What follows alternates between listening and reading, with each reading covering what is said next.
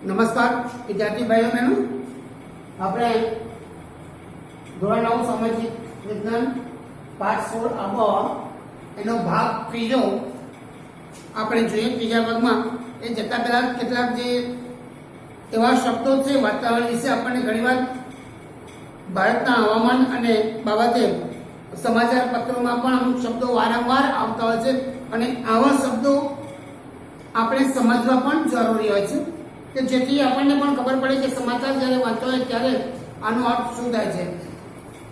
તો આપણે એક શબ્દ સાંભળ્યો છે કે અલ નીનો. અલ નીનો અલ નીનો એટલે શું? તો અલ નીનો એ સ્પેનિશ ભાષાનો શબ્દ છે. એનો અર્થ થાય છે એટલે કે શાબ્દિક અર્થ છે નાનું બાળક. અલ નીનો એટલે કે નાનું બાળક. આ નામ પેરુના જે માછીમારો બાળ ઈસુના નામ પરથી, પેરુના જે માછીમારો છે એમને બાળક ઈસુના નામ પરથી આ આપેલ છે, કારણ કે સામાન્ય રીતે એનો પ્રારંભ નાતાળની આસપાસ જોવા મળે છે. વાતાવરણીય તથા સામુદ્રિક અસરોથી દક્ષિણ અમેરિકાના પેરુ દેશની પશ્ચિમે પેસિફિક જે મહાસાગર છે એ પેસિફિક મહાસાગર કિનારા નજીક ગરમ પ્રવાહની શરૂઆત થાય છે.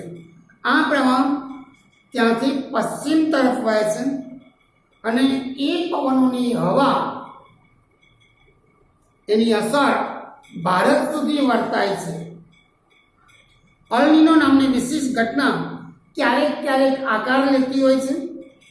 જ્યારે અલ નીનો ઘટના બને છે ત્યારે ભારતની વર્ષા ઋતુના સમયગાળામાં તથા વરસાદમાં પણ ફેરફાર થતો આપણને જોવા મળે છે. મિત્રો, બીજો એક શબ્દ છે આઈટીસી ઝોન.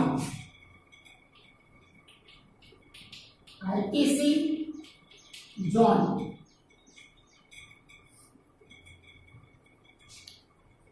જ્યાં વ્યાપારી પવનો ભેગા થાય છે ત્યાં વિષુવવૃત્તીય ઉપર વિશાળ અને હળવું દબાણ ક્ષેત્ર રચાય છે.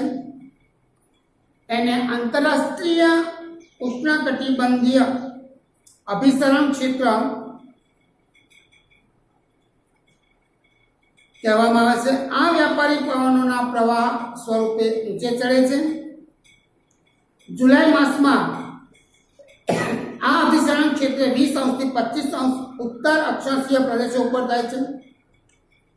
ભારતમાં આ ગંગાના મેદાન ઉપર સ્થિર થાય છે. એને લીધે અહીંયા રચાતા હળવા દબાણ ક્ષેત્રને જે દક્ષિણ ગોળાર્ધના મહાસાગર પર ઉદ્ભવેલા પવનો, એ પવનો ઉત્તર તરફ એ સમયે વાતા હોય છે અને આના કારણે કેટલાક ભાગમાં વરસાદ પડતો જોવા મળે છે. શીત ઋતુ દરમિયાન આ અભિસરણ ક્ષેત્ર વધુ દક્ષિણ દિશા તરફ ખસે છે. એના કારણે પવનોની દિશા છે એ ઉત્તર પૂર્વ તરફની દિશા થઈ જાય છે. હવે મિત્રો, ગ્રીષ્મ ઋતુ જેનો સમયગાળો છે માર્ચથી મે, જેને આપણે કહીએ છીએ ઉનાળો. સૌથી સૂકો અને ગરમ હવાવાળો આ ઋતુગાળો એટલે કે ઋતુનો સમયગાળો છે, જેને આપણે ઉનાળો કહીએ છીએ. માર્ચથી મે મહિના સુધી ભારતના જમીની ભાગો પર સૂર્યના કિરણો દક્ષિણથી ઉત્તર ક્રમશઃ લંબ થતા જાય છે.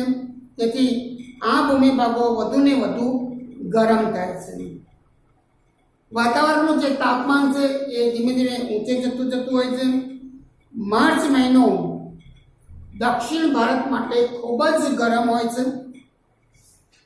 ત્યાં કેટલાક સ્થળે જે તાપમાન છે 40 અંશ કરતાં પણ વધારે જાય છે ઊંચું.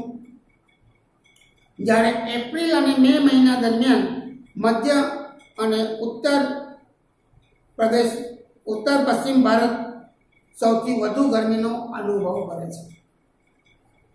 ત્યાં તો કેટલાક સ્થળે 45 અંશથી 50 અંશ સેન્ટીગ્રેડ તાપમાનનો સામનો કરવો પડે છે.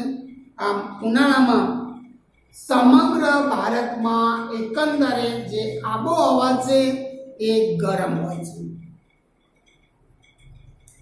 દ્વીપકલ્પીય છે અને ઊંચાઈ વાળા પ્રદેશો છે, એમાં ઊંચાઈને લીધે ત્યાં દક્ષિણ ભારતમાં ઉનાળાનો જે સમયગાળો છે એ થોડો સૌમ્ય હોય છે. ઉત્તર ભારતની સરખામણીમાં અહીંનો જે આંક છે તાપમાનનો એ નીચો રહે છે. દિલ્હી અને અલ્હાબાદમાં પણ તાપમાન 34 અંશ સેન્ટીગ્રેડ હોય છે, જ્યારે મદુરાઈનું તાપમાન 30 અંશ સેન્ટીગ્રેડ, કોચીન અને બેંગ્લોરનું તાપમાન 27 અંશ સેન્ટીગ્રેડ જેટલું હોય છે. આમ દક્ષિણ તાપમાન ઉપર સમુદ્રની અસર અને ભૂપૃષ્ઠની જે ઊંચાઈ છે સમુદ્ર કરતાં એ ઊંચાઈની અસર પણ થતી આપણને જોવા મળે છે.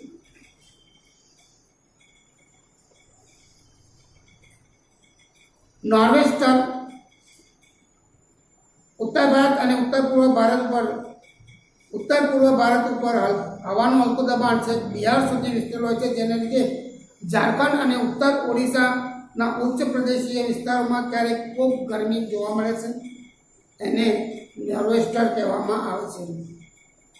તે સ્થાનિક નામ કાળ વૈશાખી તરીકે ઓળખાય છે. આ પવનના તોફાનો પૂર્વ ભારતમાં ઘણું બધું નુકસાન કરતા હોય છે. બીજો એક શબ્દ આપણે સાંભળીએ છીએ લૂ. ઉનાળામાં આપણે લૂ શબ્દ વધારે સાંભળવા મળે છે. તો શું છે તે? તો પશ્ચિમ અને ઉત્તર પશ્ચિમ ભારતના સૂકા જે જમીની ભાગ છે ત્યાં ધૂળની ડમરીઓ ઉડતી હોય છે. ધૂળના ઘણીવાર તોફાનો થતા હોય છે અને આ સામાન્ય વસ્તુ છે. ઉનાળામાં ખાસ કરીને મે મહિનામાં ઉત્તર ભારતમાં અતિ ગરમ પવન ફૂંકાય છે. આ ગરમ પવનોને આપણે લૂ તરીકે ઓળખીએ છીએ. એની અતિશય ગરમીથી ઘણીવાર મનુષ્ય અને પશુ પક્ષીઓના મોત પણ થતા જોવા મળે છે. બંગાળની ખાડી અને અરબ સાગર ઉપર આ ઋતુમાં ઉષ્ણકટિબંધીય ચક્રવાત તૈયાર થતો હોય છે, જે કિનારાના પ્રદેશો પર ક્યારેક નુકસાન સર્જે છે. બંગાળની ખાડી અને અરબ સમુદ્રમાં એક ઉષ્ણકટિબંધીય ચક્રવાત શરૂ થાય છે ઉનાળામાં, જે કિનારાના પ્રદેશો તરફ આગળ વધે છે અને નુકસાન પહોંચાડે છે. દેશનો મોટાભાગ ઉનાળા દરમિયાન ગરમ અને સૂકો હોય છે. આ ઘણા પ્રદેશોમાં આ સમયગાળા દરમિયાન વરસાદ પડતો નથી, પરંતુ કેટલીક વાર મે માસ દરમિયાન મલબાર કિનારે થોડો વરસાદ પડે છે. મિત્રો, મલબાર કિનારે મે મહિનામાં મલબાર કિનારે જ્યારે વરસાદ પડે છે એ કેરીનો ત્યાં જે પાક થાય છે એ પાકને પકવવામાં મદદરૂપ બને છે અને એને કારણે એને આમ્રવૃષ્ટિ કહેવામાં આવે છે. મિત્રો, આમ્રવૃષ્ટિ એટલે શું પ્રશ્ન પૂછાય છે. તો આમ્રવૃષ્ટિ એટલે મલબાર કિનારે જે વરસાદ પડે છે એ વરસાદ કેરીના પાકને પકવવામાં મદદરૂપ થાય છે, જેને કારણે એને આમ્રવૃષ્ટિ કહેવામાં આવે છે. જે કેરી અને કોફીના પાક માટે ઘણો જ ઉપયોગી તત્વો આપણને જોવા મળે છે. ત્યાર પછી આપણે વર્ષા ઋતુ જોઈએ. તો વર્ષા ઋતુમાં સમયગાળો છે એ જૂનથી સપ્ટેમ્બર સુધીનો છે. ભારત ખેતી પ્રધાન દેશ છે, એટલે વર્ષા ઋતુ એ ભારતની ખૂબ જ મહત્વની ઋતુ છે. જૂનથી સપ્ટેમ્બર દરમિયાન લગભગ 80% વરસાદ ભારતમાં પડે છે. ભારતનો જે કિસાન છે, ભારતનો જે ખેડૂત છે, એ વર્ષા ઋતુની શરૂઆતથી જ ખેતીના કામમાં ગૂંથવાયેલો રહે છે. વર્ષા ઋતુમાં થતો વરસાદ ભેજવાળું તથા વાદળછાયું હવામાન ભારત તરફ વાતા દક્ષિણ પશ્ચિમી એટલે કે નૈઋત્યના જે પવનો છે એ પવનોને આભારી છે. એથી આ ઋતુને નૈઋત્યના મોસમી પવનોની ઋતુ કહેવામાં આવે છે. ભારતના લગભગ બધા જ વિસ્તારોમાં એનાથી વરસાદ થાય છે. મે મહિનાના અંત સુધીમાં ભારતમાં અને મધ્ય એશિયાના ભૂમિ ભાગોમાં ઊંચા તાપમાનને કારણે હવાનું હલકું દબાણ રચાય છે. આ સમયે દક્ષિણ હિન્દ મહાસાગર પર ભારે દબાણ હોય છે. તેથી હિન્દ મહાસાગર પરથી જે પવનો ઉત્તરના હલકા પવનો વેગવાળા હોવાથી ભારતમાં વરસાદ લાવે છે. દક્ષિણ ભારતના દ્વીપકલ્પીય આકારને લીધે આ નૈઋત્ય કોણીય મોસમી પવનો એ બે ભાગમાં વહેંચાય છે. પહેલું અરબ સાગર ઉપરથી આવતા મોસમી પવનો અને બીજું છે બંગાળની ખાડી ઉપરથી આવતા મોસમી પવનો. આપણે દક્ષિણ ભારત એ દ્વીપકલ્પીય આપણે એનો આકાર છે, આપણને ખબર છે દક્ષિણ ભારતનો આકાર આ પ્રમાણે દ્વીપકલ્પીય આકાર છે. આપણને આ બાજુ બંગાળની ખાડી અને આ બાજુ બીજી બાજુ અરબ સાગર ઉપરથી આવતા મોસમી પવનો, આમ બે ભાગમાં એ વહેંચાઈ જાય છે. અરબ સાગર પરથી આવતા પવનો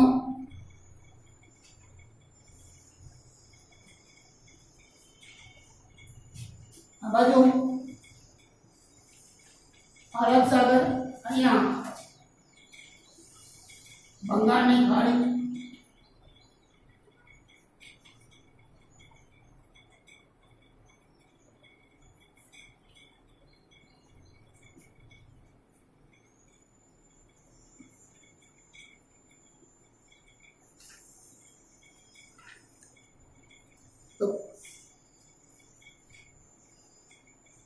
અરબ સાગર ઉપરથી આવતા પવનોની આડે પશ્ચિમના જે ઘાટો છે એ ઘાટો આવે છે.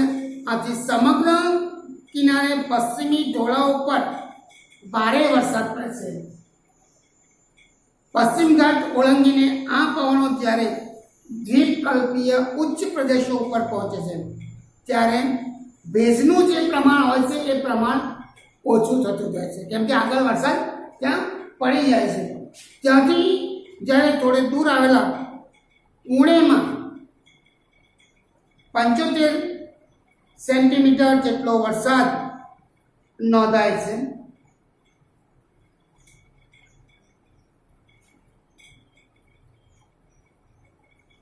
પશ્ચિમ કિનારેથી ઉત્તર તરફ જતા કેરળ, કર્ણાટક,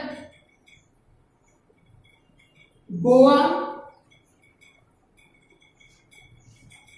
અને મહારાષ્ટ્રમાં વરસાદનું જે પ્રમાણ છે એ ધીમે ધીમે ઓછું થતું જાય છે. આ મોસમી પવનોનો એક ફાંટો નર્મદાના ખીણ પ્રદેશના માર્ગે મધ્યપ્રદેશમાં પ્રવેશ કરે છે. પવનના આ ફાંટા સાથે આગળ જતા બંગાળની ખાડી પરથી જે પવનો આવતા હોય છે એ પવનોની સાથે આ ભળી જાય છે. આ ઉપરાંત અરબ સાગરના પવનોનો એક ફાંટો એ ગુજરાત તરફ પણ અને સૌરાષ્ટ્ર અને કચ્છ ઉપરથી પસાર થઈ રાજસ્થાન તરફ આગળ વધે છે. એટલે ગુજરાતમાં આપણે વધુ ઊંચા પર્વતો કે જંગલો નથી. આ પવનોમાં જે ભેજનું સંપૂર્ણપણે ઘનીભવન થવાની શક્યતા ઓછી રહે છે, કે આપણા ગુજરાતમાં મોટા મોટા કોઈ પર્વતો નથી અથવા તો મોટા જંગલો નથી, એટલે એનું ભેજનું ઘનીભવન જે થવું જોઈએ એ થવાની શક્યતાઓ ઘણી ઓછી રહે છે. એના કારણે ગુજરાતમાં વરસાદ ઓછો પડે છે. ગુજરાતમાં વરસાદ વરસાવીને આ પવનો જ્યારે રાજસ્થાનમાં પ્રવેશ કરે છે ત્યારે ભેજનું પ્રમાણ એમાંથી ઘણું ઓછું થઈ ગયું હોય છે અને આના કારણે રાજસ્થાનમાં વરસાદ ઓછો થાય છે. જે રણ વિસ્તારો છે ત્યાં 10 સેન્ટીમીટર કરતાં પણ ઓછો વરસાદ પડતો આપણને જોવા મળે છે. બંગાળની ખાડી પરથી આવતા મોસમી પવનોનો બીજો પાટો સૌપ્રથમ પશ્ચિમ બંગાળમાં પ્રવેશ કરે છે અને ત્યાંથી વધુ આગળ વધી મેઘાલય સુધી પહોંચે છે. આ પવનોમાં ભેજનું પ્રમાણ વધારે હોય છે. આ પવનોને લીધે મેઘાલયમાં ઘણો વરસાદ પડે છે. અહીંયા ગાળો, ખાસી અને જેન્ક્યા જે ટેકરીઓ છે એ ટેકરીઓના ઢોળાવ ઉપર પણ અતિ ભારે વરસાદ પડે છે. પશ્ચિમ તરફ ફંટાતા પવનોની દિશા બદલાતા હવે દક્ષિણ પૂર્વના દિશામાં બને છે અને પશ્ચિમ બંગાળ, બિહાર, ઉત્તર પ્રદેશ થઈને પંજાબ અને હરિયાણા સુધી આ પહોંચે છે. આમાં ભેજનું પ્રમાણ ઘટતું જાય છે. તેથી આ પવનના માર્ગમાં આવનાર પ્રથમ પ્રદેશોમાં સૌથી વધારે અને અંતે જે આવે છે પ્રદેશ એમાં ઓછો વરસાદ પડે છે. આ આગળ જતાં બંગાળની ખાડી પરથી આવતા મોસમી પવનો અને અરબ સાગર પરથી આવતા મોસમી પવનો એ ભેગા થાય છે. એને લીધે ઉત્તરવર્તીય હિમાલયના જે ક્ષેત્રો છે ત્યાં સારો વરસાદ થાય છે. ક્યારેક હિમવર્ષા પણ ત્યાં થતી આપણને જોવા મળે છે. મોસમી પવનોની સાથે બંગાળની ખાડી તથા અરબ સાગર પર તૈયાર થતા ચક્રવાતો જે છે તે ચક્રવાતો ભારતમાં પડે છે. ત્યારે ભારતના જે તે પ્રદેશોમાં વર્ષા ઋતુ સક્રિય બને છે.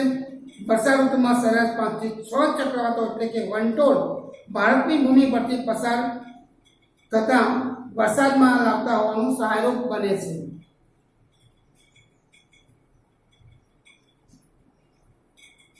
ભારતમાં મોસમી પવનો લીધે વરસાદ પડે છે. આ પવનો બારેમાસ એક ધારા અને એક જ દિશામાંથી વાતા નથી. આ પવનોના આરંભમાં અનિયમિત હોય છે. મોસમી પવનો સાથે વરસાદનો ક્રમભંગ થવાની જે ઘટના છે એ ઘટના આમાં સંકળાયેલી છે. મોસમી વરસાદ કેટલાક દિવસ સુધી એક સાથે પડે છે. તે દરમિયાન વરસાદ પડે જ નહીં એવા પણ દિવસો હોય છે અને ફરીથી પાછો વરસાદ આવે છે. આ ઘટનાને વરસાદનો ક્રમભંગ મોન્સૂન બ્રેક તરીકે ઓળખવામાં આવે છે. મિત્રો, પ્રશ્ન પૂછવામાં વરસાદનો ક્રમભંગ એટલે શું? તો અમુક સમયે વરસાદ વધારે પડે છે, અમુક થોડા દિવસ માટે નથી પડતો, ફરી પાછો પડે છે. આમ ઘણીવાર સળંગ પડતો હોય છે. આ છે વરસાદનો ક્રમભંગ, મોન્સૂન બ્રેક તરીકે એને ઓળખવામાં આવે છે. છેલ્લી ઋતુ આપણે જોઈએ નિવર્તન ઋતુ, જે આપણે હવામાન ખાતા દ્વારા, કેન્દ્ર સરકારના હવામાન ખાતા દ્વારા જે નક્કી કરવામાં આવી છે એ નિવર્તન ઋતુ એટલે કે પાછા ફરતા મોસમી પવનોની ઋતુ, જેનો સમયગાળો ઓક્ટોબરથી નવેમ્બર સુધી હોય છે. સૂર્યના સીધા કિરણો દક્ષિણ તરફ ખસતા જતા હોવાથી દક્ષિણે હિન્દ મહાસાગર ઉપર હલકું દબાણ સર્જાય છે. ઉત્તર ભારતમાં ધીમે ધીમે ભારે દબાણ સર્જાય છે. તેથી સપ્ટેમ્બરના અંત સુધી નવી દબાણની પરિસ્થિતિ સર્જાતા અરબ સાગર અને બંગાળની ખાડી એની ઉપરથી વર્ષા ઋતુ દરમિયાન ભારતના ભૂમિ ભાગોમાં અંદર સુધી પહોંચી ચૂકેલા જે મોસમી પવનો છે એ નબળા પડે છે. પછી હવાના દબાણની પરિસ્થિતિમાં પરિવર્તન થાય છે અને આ પવનો ભારતના ભૂમિ ભાગો ઉપરથી સમુદ્ર તરફ જવા મળે છે. તેથી આ સમયગાળાને પાછા ફરતા મોસમી પવનોની ઋતુ તરીકે ઓળખવામાં આવે છે. આ સમયે ગરમ વર્ષા ઋતુને સ્થાને શુષ્ક અને ઠંડા પવનોની પરિસ્થિતિ શરૂ થાય છે. આકાશ સ્વચ્છ અને તાપમાન વધતું થતું હોય છે. એ પાછા ફરતા જે મોસમી પવનો છે એ મોસમી પવનોની મુખ્ય લક્ષણ છે. જમીન ભેજવાળી હોય છે અને દિવસે તાપમાન વધે છે. રાત્રે ઠંડી હોય છે અને ખુશનુમા હોય છે. ઊંચું તાપમાન, ભેજની પરિસ્થિતિને કારણે દિવસનું જે હવામાન છે એ આપણને અકળાવે છે અને આ સ્થિતિને ઓક્ટોબર હીટ તરીકે ઓળખવામાં આવે છે. ગુજરાતમાં આ સમયગાળાને ભાદરવી તાપ, એટલે ભાદરવા મહિનાનો તાપ આપણે જે કહીએ છીએ એ ભાદરવી તાપ તરીકે જાણીતું છે. આમ ભારતની જે આબોહવા છે એ મોસમી આબોહવા છે.